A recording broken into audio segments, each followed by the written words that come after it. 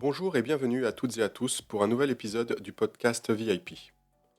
Un podcast où l'on découvre le parcours de mes invités de leur classe de 3e jusqu'à aujourd'hui.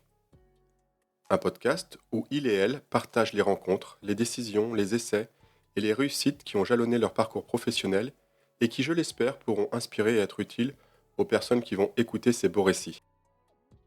Aujourd'hui, j'ai le plaisir de recevoir Karen Chevalier qui va nous partager son parcours aux 1000 professions et aux 1000 formations. Elle partagera bien sûr avec nous ses années collège et lycée. J'ai toujours eu des facilités, mais j'avais pas tellement envie de travailler parce que je m'ennuyais sérieusement à l'école. Donc j'étais une élève moyenne en fait. Je travaillais juste ce qu'il fallait pour pas être dans les derniers, mais je me foulais pas pour être dans les premiers non plus. On verra que l'aspect des relations humaines a beaucoup compté dans son parcours. Que ce soit les moins bons côtés des relations humaines, Enfin, ils le savent, les gens qui travaillent au contact du public en permanence. Il suffit que tu es impénible dans la journée, tu vas te rappeler que de ça. Alors que 95% des gens sont cool. ou bien les bons côtés des relations humaines. Quand tu as un problème, tu partages avec ton collègue à côté et il t'explique lui sa façon de faire, toi la tienne, et là, du coup tu deviens vraiment bon quoi.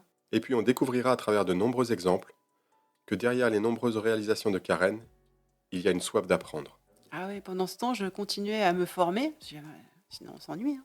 Donc il y avait la partie web où j'apprenais toujours des choses, mais en parallèle, j'ai fait une formation de masseuse, d'art thérapeute, de psychogénéalogie, de psychologie. Donc je continuais. Alors comme dirait Serge Gainsbourg, Ça vous a plu, hein? Vous en demandez encore? Eh bien, écoutez l'histoire. ou plutôt l'inspirant parcours de Karen Chevalier de sa 3e au collège Notre-Dame de Rueil-Malmaison, jusqu'à aujourd'hui avec entre autres toutes ses activités autour du site Cuisine Saine. Bonjour Karen. Bonjour Fred. Merci d'avoir accepté mon invitation. Ça me fait très très plaisir de t'avoir ici au micro de vos inspirants parcours parce que ça fait maintenant plus d'une dizaine d'années que je t'ai rencontré. Et une des premières fois où on a discuté, j'avais été impressionné par ton parcours, donc que tu vas nous faire découvrir. Et c'est pour ça que je t'ai invité sur vos inspirants parcours. Ça marche. Donc, tu veux que je raconte déjà un petit peu le parcours Oh, pas encore, pas encore. D'accord. Tout d'abord, on va utiliser les deux questions de Martin Tissier pour se mettre en chauffe avec la première question qui est quel est ton super pouvoir ou quel est le super pouvoir que te trouvent tes amis ou ta famille? Je pense que c'est ma capacité à changer et pas avoir peur du changement. C'est ça mon super pouvoir. T'as des exemples? Moi, j'ai changé plusieurs fois de métier, totalement.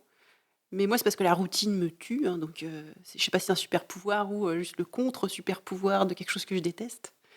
Mais voilà, c'est pour ça que les gens m'admirent pour ça, pour le fait que je change facilement. Et Et c'est j'apprends facilement aussi des nouvelles choses.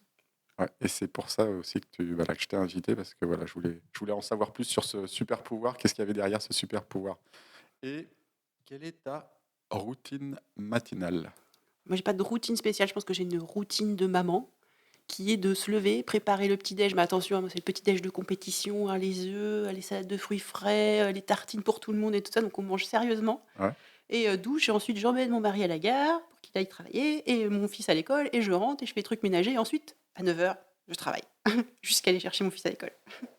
Et donc ça veut dire que elle commence à quelle heure ta routine matinale? Puisqu'à 9h, tu es prête pour, Ouais, je me lève à 6h45. OK. Très bien, très bien. Eh ben, on va commencer tout de suite avec, ton parcours depuis, la 3e et donc en 3e, tu étais à quel collège? J'étais au collège Notre-Dame de Rueil-Malmaison. Et tu étais quel style d'élève en 3e? Enfin, j'ai toujours eu des facilités, mais j'avais pas tellement envie de travailler parce que je m'ennuyais sérieusement à l'école. Donc j'étais une élève moyenne en fait. Je travaillais juste ce qu'il fallait pour pas être dans les derniers, mais je me foulais pas pour être dans les premiers non plus. Je pouvais, mais ça m'intéressait pas. Voilà. Grosso modo, c'était ça. Donc j'ai passé toute ma scolarité à pas me faire repérer, entre guillemets. Est-ce que tu avais déjà des envies d'activités que tu te projetais de faire plus tard en 3e? Moi, j'ai eu moultes idées, mais pas vraiment de choses très concrètes. Je me disais surtout, je pourrais pas être derrière un bureau, je vais m'ennuyer, ça va pas être possible d'être assis toute la journée. C'est le seul truc que je me disais. Je me dis, il faut trouver un truc qui bouge. Mais à peu près tout, quoi. Et ensuite, après la 3e, tu vas dans quel lycée? Au lycée Richelieu, à Rueil-Malmaison. Toujours à Rueil? Ouais. Et là, le lycée, est-ce que tu te décides d'évoluer vers quelle filière au lycée? Bah, j'étais plutôt bonne en sciences, donc je me suis dit, je vais faire S. parce qu'après je pourrais faire ce que je veux. Parce qu'on me disait: «Bah, avec ça, toutes les portes sont ouvertes, quoi». Ouais, Comme je savais pas du tout, où j'allais aller, je me suis dit: «Bah, on va faire ça, on verra bien après». Donc comment ça se passe au lycée? Ça se passe, quoi. Ouais, ça se passe. Comme au collège, on fait le minimum et c'est ça et on y va. Mais je me suis enfin, pour moi, la scolarité, c'était l'ennui, profond, ouais. C'est ça, regarder les les heures qui passent, c'était horrible.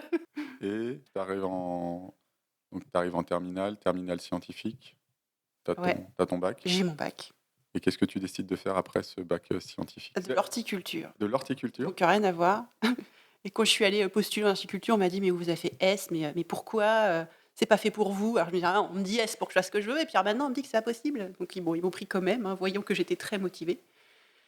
Mais donc j'étais avec des gens, oui, qui avaient pas forcément, le niveau que j'avais, quoi. Donc c'était, très disparate, la classe. Il y en avait qui étaient très bons, hein, qui avaient fait complètement autre chose avant, il y avait des experts comptables qui avaient arrêté ou des choses comme ça, donc c'était drôle, quoi, et c'était assez mélangé. Il y avait pas que des gens qui venaient de l'agriculture ou de l'horticulture. Et c'est quelle formation tu as fait et où? J'ai fait un BTS de production horticole au lycée agricole de Saint-Germain-en-Laye. Ouais, à Chambourcy, bah, je vois. Ouais, OK, je vais courir à côté le dimanche. D'accord, très bien, je vois où c'est. Et donc tu fais, c'était quoi? C'était un BTS à l'époque? ouais, BTS. BTS pendant 2 ans Mmh. et à la suite de ce BTS, tu fais Bah, quoi? Ça se passe bien le BTS? bah, oui, en soi, ça allait. Pour une fois, je faisais quelque chose qui m'intéressait, donc j'étais un peu plus assidue qu'avant, quoi. À partir du moment où, voilà, c'était une spécialisation, j'ai commencé à m'amuser, quoi. Ouais. Mais j'ai vu pendant les stages, parce qu'on en a fait beaucoup pendant le BTS de stages, que c'était un milieu hyper macho et que, en plus, tout le monde me disait: «Ah, mais toi, t'as le choix, qu'est-ce que tu fais là?» Donc au bout d'un moment, tu étais saoulé, quoi. Tu beau aimer les plantes et ce que tu fais, si tu bosses avec des gens qu'on a mis là parce qu'ils pouvaient rien faire d'autre, bah, ça devient vraiment pénible d'avoir des collègues, comme ça un peu, et qui ont pas envie d'être là, quoi. C'est ce que je te disais tout à l'heure, c'est qu'il faut que les gens, ils aiment ce qu'ils font, sinon ça a aucun sens. Donc j'étais dans un truc macho avec des gens qui aimaient pas ce qu'ils faisaient. Je me suis dit: «Non, non, je vais pas rester là, je vais rester dans les fleurs, mais je vais faire un CAP de fleuriste». Voilà. Donc j'ai bifurqué vers un CAP de fleuriste. Comme j'avais un niveau bien supérieur à CAP, j'ai pu faire un truc, vraiment, en mode rapide sur 1 an où j'avais une semaine de cours par mois et j'avais que des gens avec moi qui étaient comme moi, qui avaient fait autre chose avant. Ouais. Et vraiment là, je me suis éclatée puisque j'avais pas de maths, rien, j'avais rien de général, j'avais que ce qui concernait les fleurs, quoi, et le métier de fleuriste. Et là, c'était vraiment génial. Bah, là, j'étais première de ma classe, sans forcer, sans Ouais, chercher. ouais. Tu as ce CAP de fleuriste, donc après tu vas faire cette activité de fleuriste où? Voilà, alors au début, j'ai travaillé, à Maurecourt, au jardin d'Amandine, qui existe plus maintenant, mais là, j'ai travaillé 1 an et ensuite j'ai travaillé 1 an, chez Blanchon, à Rueil-Malmaison, mais je pense que ça existe plus non plus. Voilà. C'est pas à cause de toi que Ah bah, ça j'espère a pas. fermé? Non, non, je pense qu'ils sont partis à la retraite Ouais. tous. Et c'est quoi tes principaux apprentissages, durant cette période, autour de l'horticulture ou du métier de fleuriste? J'ai l'impression que c'est plus des choses humaines que j'ai appris qu'autre chose parce que là, j'ai vu des choses que j'aimais pas, que j'imaginais pas. Tu vois, tu as le côté idyllique du métier. Ah, je travaille avec les petites fleurs et tout. Mais en fait, tu as tout le reste, la gestion des gens qui viennent. Alors, souvent, enfin, ils le savent, les gens qui travaillent au contact du public en permanence. Il suffit que tu es impénible dans la journée, tu vas te rappeler que de ça. Alors que 95% des gens sont cool. Et ça, c'est dur parce que il faut prendre sur toi sans cesse. Et tu sais pas pourquoi il y a des gens qui vont être hyper agressifs, enfin, sûrement qu'ils ont une journée pas terrible. Et c'est sur toi qui se venge, quoi. Puisque tu es là à vendre. Et du coup, les gens ont cette idée que tu es moins bien qu'eux parce que tu es fleuriste, tu vois. Alors que, bah, non, moi j'ai choisi de faire ça, tu vois. J'ai pas fait ça parce que j'avais pas le choix. Ouais, Mais voilà, tu trouves quand même des choses assez particulières. Donc tu vois une diversité humaine et t'apprends beaucoup sur l'humain, en fait. Parce qu'en soi, moi, fleuriste, au bout d'un moment, j'ai fait le tour et je m'ennuyais, tu vois. Voilà. Les gens vont comprendre que je m'ennuie vite. Et bon, bah, une fois que. Le métier en soi, c'est pas compliqué, hein. Tu apprends à faire des bouquets, des compositions. Une fois que tu sais faire ça, bah, tu sais tout faire, quoi. Mais le plus dur, ouais, c'est gérer les gens. très bien. Pour moi, en tout cas. Ouais. Après, moi, tu me demandes de faire des bouquets, je pense qu'il faut aussi peut-être avoir quand même une fibre, créatrice, Ouais, il faut avoir un côté créatif et ouais, faire des jolies choses, mais ça, je pense que c'est pas le plus dur. OK. Franchement, c'est pas le plus dur. Ouais, Ouais. En parallèle, ouais, moi, j'avais un copain qui était ingénieur en informatique et j'adorais le web, mais déjà depuis longtemps, hein. déjà depuis le lycée et je posais tout le temps des questions aux copains qui faisaient de l'informatique: «Ah, comment tu fais un site web? Comment tu fais ci? Comment tu fais ça?» Et puis, bah, je commençais à en bricoler dans mon coin. Donc à l'époque, c'était le tout début du web, Ouais. hein. Tu as eu une adresse Caramel? Ah, probablement. Je me rappelle plus, j'avais AOL OK. au tout début Et donc ouais, tu poses pas mal de questions et en à fait, ton je pote? développais, en parallèle, d'être fleuriste, quoi et je me rappelle que le dernier truc que j'ai fait pour la première fleuriste pour qui je bossais, c'était son site web. Donc j'ai passé, du temps à faire son site web, donc ouais, déjà, les gens me voyaient bien comme une espèce de geek, même si quand j'étais fleuriste, quoi. Donc on voit que pendant ton activité de fleuriste, là, tu développes cette appétence, cette curiosité pour le web. Quand est-ce qu'à un moment tu passes Je de switch. ouais, tu switches d'un domaine à l'autre? Bah, en fait, les fleuristes, les deuxièmes chez qui je travaillais, l'ambiance, elle était mais tellement pourrie. Puis, en fait, je voyais qu'il y avait beaucoup d'enfants de fleuristes qui étaient pas bien parce que leurs parents bossaient tout le temps. Et moi, je m'imaginais bien avec une famille, des enfants et tout, et je me dis: «Bah, si c'est pour avoir des enfants qui ils vont pas bien, en plus, est-ce que faut pas chercher autre chose, quoi?» Bon, moi, j'avais, le web qui m'intéressait et puis quasiment du jour au lendemain, à un moment, je me suis dit: «Bah, non», j'ai en fait, c'est à partir du moment où j'y vais à reculons, bah, à un moment, j'y vais plus, quoi. Là, j'allais à reculons et je me suis dit: «Bah, non, je vais me donner ma démission et puis, je vais chercher un boulot dans le web». Ouais, Donc c'était un peu, audacieux, hein, parce que j'avais pas du tout de formation au web à part que je bricolais dans mon coin. ouais.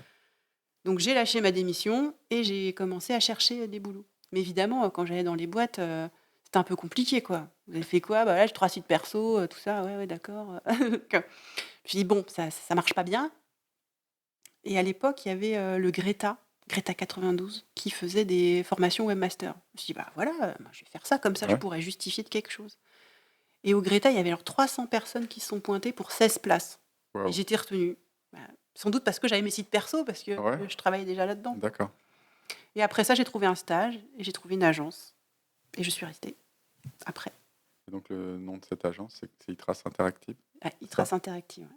Donc tu as exercé chez eux, en tant que front-end développeur, c'est-à-dire, développer, on va dire, l'interface web, enfin l'interface des sites web? Bah, au début, il y avait pas ces nomenclatures-là, en fait. Ouais, J'étais dans une enfin, c'était tout début du web, hein et dans m avec moi, il y avait un gars, qui avait raté sa prépa vétérinaire, un autre qui avait fait enfin, c'était que des parcours, je crois que quelqu'un avait fait là une médecine et avait arrêté. Enfin, il y avait que des gens comme moi qui avaient fait, mais rien à voir avec la sauce avant et c'était hyper rigolo et on faisait tous un peu tout.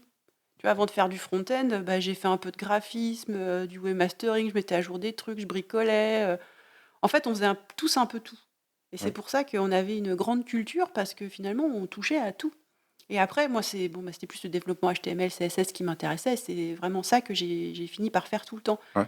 Mais comme j'étais la seule à faire ça dans mon équipe, je me disais: «Mais, je fais un métier qui n'existe pas, en fait». Tu vois? Ouais, c'était vraiment le tout début, ouais. Au tout début, ouais, voilà. Après Itrace Interactive, tu décides de rejoindre une autre agence qui s'appelle, SQLI en 2005. Pourquoi ce changement? Bah, comme tout le monde, tu sais, à un moment, bah, déjà, j'étais la seule à faire ce que je faisais, donc je trouvais ça un petit peu bizarre. Je me disais: «Il faut peut-être que j'évolue». Alors j'avais demandé une formation Flash et une augmentation. Donc j'avais fait du Flash à l'époque, ça Ouais, n'existe plus, hein, pour ceux qui se rappellent.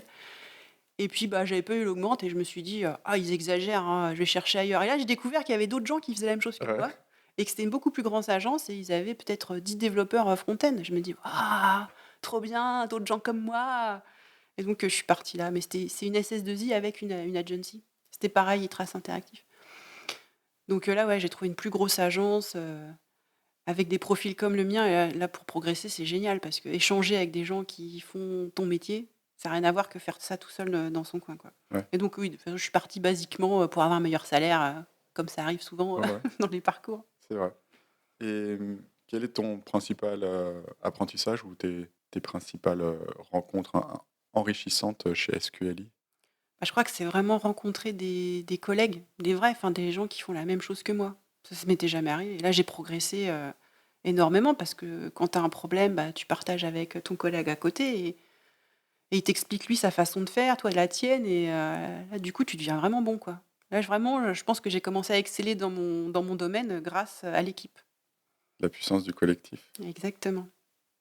Et donc tu as été chez SQLI de 2005 à 2008, donc en tant que team leader et senior front-end pour le web développeur. Est-ce que tu as commencé d'autres activités durant cette période? Ah ouais, pendant ce temps, je continuais à me former, parce que, sinon on s'ennuie, hein. Donc il y Ouais, avait la partie web où j'apprenais toujours des ouais, choses, mais en parallèle, j'ai fait une formation de masseuse, d'art thérapeute, de psychogénéalogie, de psychologie. Donc je continuais. Mais je pense que c'est d'avoir été fleuriste et de voir le genre humain. Tu vois, après, tu te poses des questions sur le genre humain et puis je crois que j'ai creusé le sujet d'une autre manière, quoi. ensuite tu vas quitter SQLI pour, Publicis, Modem. Ouais. Pourquoi ce changement de Bah là, j'étais devenue, je gérais une petite équipe de développeurs, hein, et on a voulu me mettre un chef qui était nul. Enfin, faut le dire comme ça. Donc j'ai dit, bah, si vous me mettez ce gars-là au-dessus de moi, c'est simple, je m'en vais. Donc ils ont insisté, bah, c'est simple, je suis partie. Voilà. d'accord, Et donc j'allais m'occuper d'une autre équipe, très bien. ailleurs. Chez Publicis Modem. Ouais. Et pendant cette période, chez Publicis Modem, est-ce que tu avais encore des activités en parallèle? Et ben là, je lance le blog Cuisine Saine et l'annuaire guide des médecines douces, l'annuaire thérapeute. Donc, parce que, bah, ça réunissait d'autres passions, qui étaient un peu cachées. En fait, la cuisine, je faisais toujours ça, mais j'avais pas l'impression que ça valait la peine que j'explique ce que je fais. Enfin, déjà à l'époque, c'était pas très connu, je faisais du sans gluten, cuisine bio, tout ça. Et en fait, c'est mon mari de maintenant qui a découvert tout ça, qui me dit: «Mais pourquoi tu fais pas un blog avec tout ce que tu fais?» Et c'est vrai que c'était pas connu et je pense qu'il avait pas tort et c'est même lui qui a trouvé, Cuisine Saine comme nom de site quand même. Ouais, Et je lui dis: «Oh bah OK, d'accord, tu raison, je vais me lancer». Comme je faisais du web, faire un blog, c'est pas non plus, compliqué, quoi. ouais.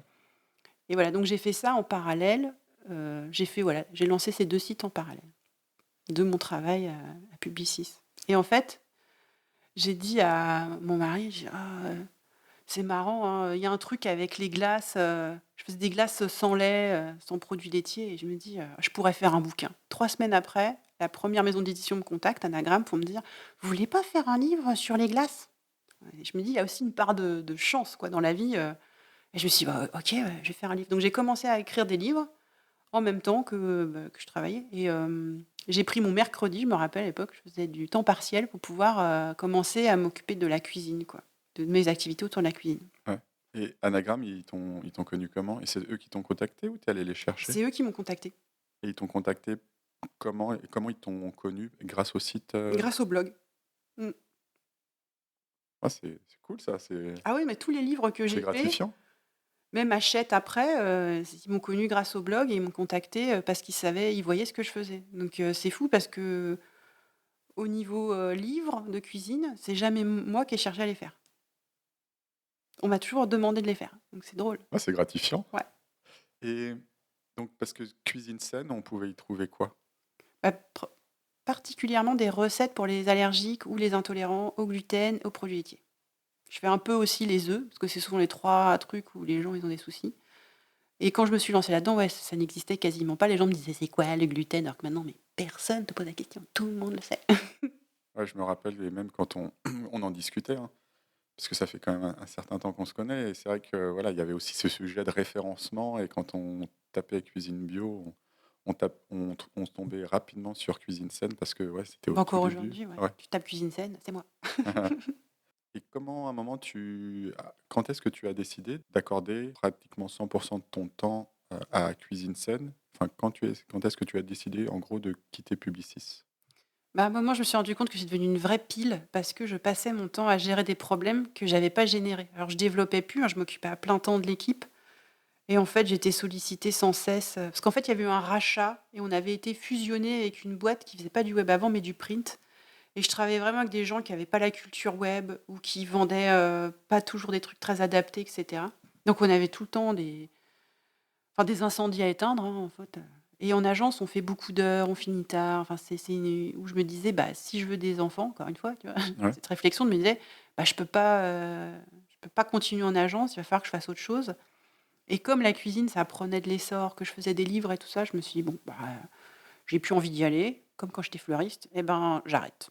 J'avais aussi fait une formation d'art thérapeute et je me dis: «Je vais peut-être faire les 2, ouais, cuisine et art thérapie», et en fait, la cuisine m'occupait tout mon temps. pour que les gens puissent, un peu s'illustrer ou imaginer tout le travail qu'il y a derrière, à Cuisine Scène, tu peux nous dire un peu les gros Les blocs? grosses étapes. Ouais, Bah, au début, je faisais que de la rédaction et puis, après je me suis formée un petit peu en photo pour pouvoir vendre aussi, les photos.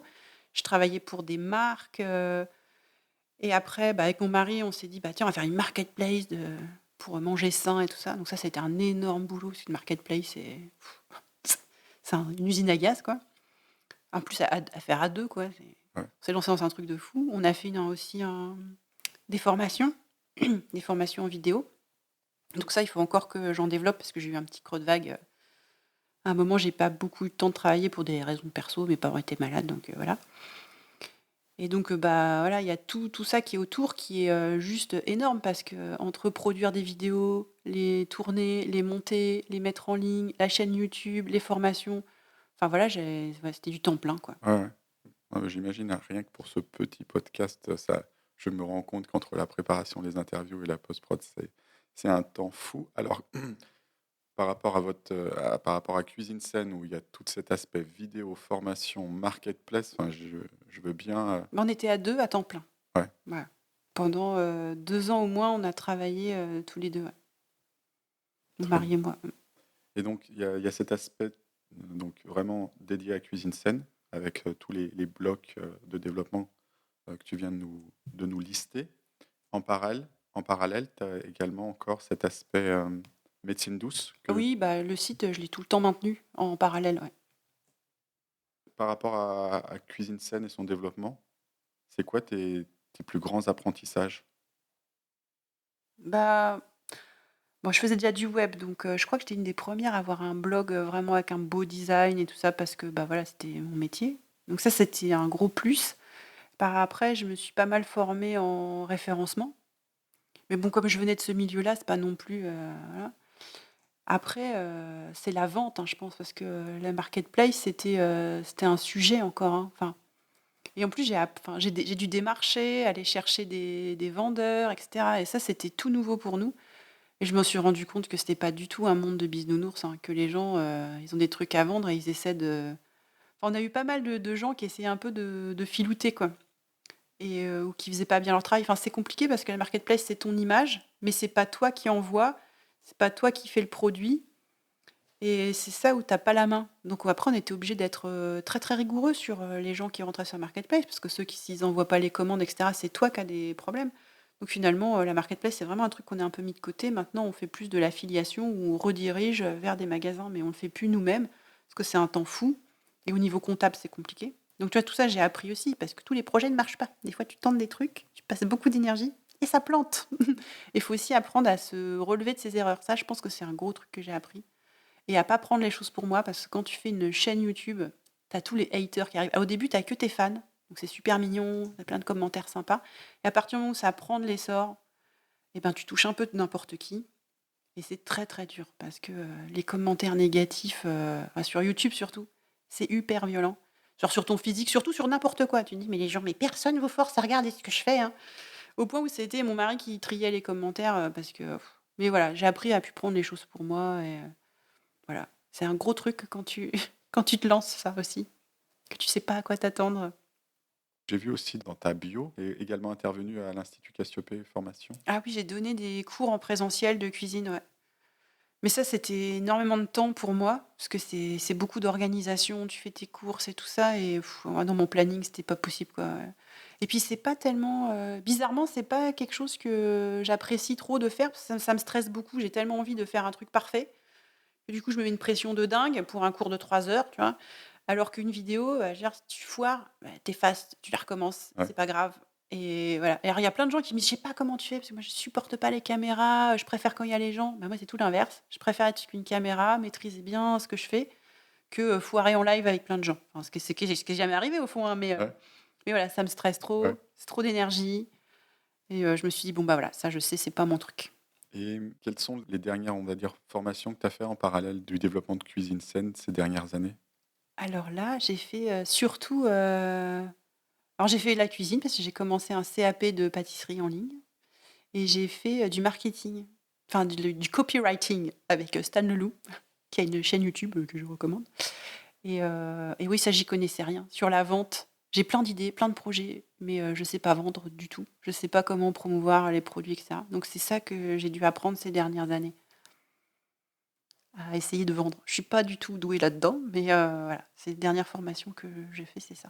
Quels sont actuellement les objectifs, en tout cas, de développement autour de cuisine saine? Alors cuisine saine, il faut que je le reprenne parce que là, les 2 dernières années, mes parents étaient malades, c'était extrêmement compliqué, j'avais plus beaucoup de temps, donc j'ai un peu tout mis en stand-by. Bon, à part, le guide des médecines douces que comme j'ai tout le temps des gens qui s'inscrivent et tout, je travaille tout le temps dessus depuis le départ.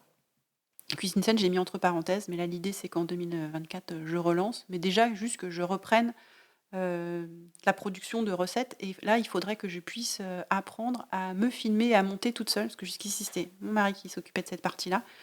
Mais là, que lui est en mission et qu'il bosse plus à temps plein avec moi, parce qu'on ne pouvait pas vivre à deux de cette activité, Mmh. bah, il va falloir que je me débrouille toute seule. Donc ça va être le nouvel apprentissage.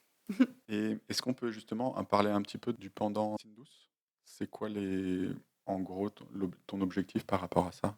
Alors là, je l'ai refait il y a pas longtemps, le site, pour avoir d'autres fonctionnalités et tout. Et en fait, à l'époque où je l'ai lancé, les annuaires de thérapeutes, il n'y avait pas grand-chose et c'était pas terrible.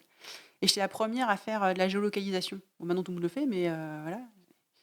Et puis, je voulais en fait que les gens puissent trouver des thérapeutes super facilement autour de chez eux, d'une manière pratique, rapide, efficace. Donc, c'est toujours ce que je recherche. Et là, si je pouvais un peu mieux vivre de cette activité, ça serait bien parce que j'y passe un temps énorme. Ouais. On se rend pas compte, hein, les mises à jour, les trucs.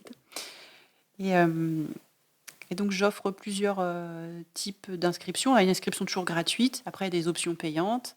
Il y a des options d'envoi d'informations par newsletter, d'affichage de formation, de stage, etc., etc. Et qui s'inscrit? C'est les C'est les thérapeutes? thérapeutes C'est les qui thérapeutes. s'inscrivent. D'accord. On arrive bientôt à la fin de cet entretien et je voudrais savoir si tu rencontrais la Karen qui était en troisième justement ou voilà, qui travaillait ah, juste ce qu'il fallait parce qu'elle s'embêtait un petit peu. Ça serait quoi les, les conseils que tu pourrais lui donner? Et puis à travers Karen, voilà, quels conseils tu pourrais donner au troisième en général? T'inquiète pas, ça va bien se passer. Ça n'a rien à voir, la vie professionnelle, avec la vie scolaire. Enfin, moi, je me suis rendu compte que bah, les gens qui étaient les plus doués à l'école, bah, c'est pas ceux qui ont la meilleure vie après, en fait. Donc oui, il faut travailler à l'école, tout ça, mais après, je pense qu'on peut tellement se former facilement maintenant que faut pas trop, faut pas trop s'en faire, quoi, à mon avis, hein. Faut essayer de passer. Je dis pas de faites comme moi, ne travaillez pas, Ouais. mais faut pas s'en faire de pas savoir ce qu'on veut faire. Voilà. Parce qu'après, on peut toujours changer de voie. En fait, n'ayez pas peur de changer de voie parce que c'est là qu'il arrive des trucs super. C'est là que la chance intervient. C'est quand on ose changer. Très bien. Et avant de se quitter, c'est la petite partie conseils, suggestions. Est-ce que tu aurais des suggestions, soit de documentaires, de livres, de films ou autre chose que tu conseillerais aux auditeurs et aux auditrices et te limite pas juste à un ou deux conseils si tu en as trois. Bah, alors moi, quelqu'un qui m'a vachement ouvert l'esprit, mais qui n'a rien à voir avec le travail en soi, c'est Philippe Guillemot. Je ne sais pas si tu connais. Non? C'est un physicien qui écrit sur la conscience. Et pour lui, la conscience n'est pas un produit du cerveau. Donc ça te fait vachement réfléchir, même à un niveau spirituel en fait. Bon, c'est quelqu'un qui a bossé sur l'intelligence artificielle et des choses comme ça. Donc c'est loin d'être un crétin. Et il travaille aussi sur tout ce qui est synchronicité. Donc c'est assez étonnant parce qu'en fait, ce qu'il explique, c'est un peu, grosso modo, hein, quand tu changes ta routine et que tu fais des choses que tu n'as pas l'habitude de faire, il t'arrive à changer de trajectoire et il t'arrive des choses assez incroyables. Et moi, je l'ai vécu, ça. Donc je me suis dit, il y a quelqu'un qui arrive à mettre en mots ce que moi j'ai vécu, genre ton petit GPS intérieur qui va te faire vivre des rencontres, des choses que tu n'aurais pas fait si tu n'avais pas osé changer ton train-train. Donc regardez ça, c'est assez chouette, quoi. Et on regarde ça sur la... Oh, bah, y a plein d'interviews de lui, il a fait des livres, allez-y, Philippe Guillemot. C'est ma rockstar à moi. Ok, très bien. Et un autre conseil je suis sûr que tu en as plein, toi. Ouais, j'en ai plein, mais ouais, ne restez pas là où vous êtes pas bien. C'est important. Parce que moi, j'ai vu trop de gens dans mon parcours me dire: «Oh là là, tu as de la chance, tu changes». Non, j'ai pas de la chance, hein, les gars. C'est facile de se former, c'est facile d'essayer de faire autre chose. Après oui, il y a des peurs et tout ça, mais moi, franchement, je suis une méga angoissée, hein. Ça a pas l'air comme ça, quand on voit mon parcours, mais j'angoisse pour plein, plein de choses tout le temps, mais ça m'empêche pas de le faire quand même, quoi. Donc c'est important, faut pas rester malheureux, hein, la vie, elle passe super vite, on s'en rend compte, hein, surtout quand on perd ses proches et tout, on se dit: «Oh là là, non, il faut vivre vraiment et il faut pas faire des trucs qui nous ennuient». Parce qu'en plus, ça ennuie les collègues. Donc non, faites ce que vous aimez. Et pour faire durer l'interview, j'ai encore est-ce que tu aurais encore une suggestion de trucs à regarder ou à lire?